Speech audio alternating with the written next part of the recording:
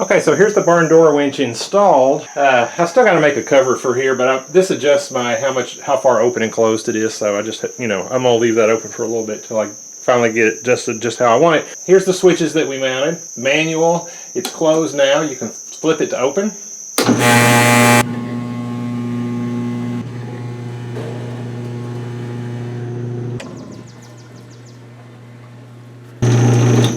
And it opens all the doors. And then you can flip it to close.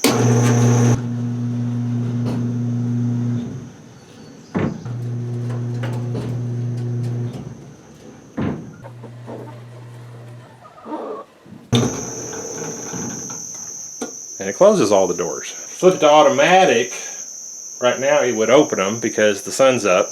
And then at night when the photo cell gets deactivated, it'll close. For my goat stall, it runs off of here. This is my pigeon door, and this is my chicken door right here.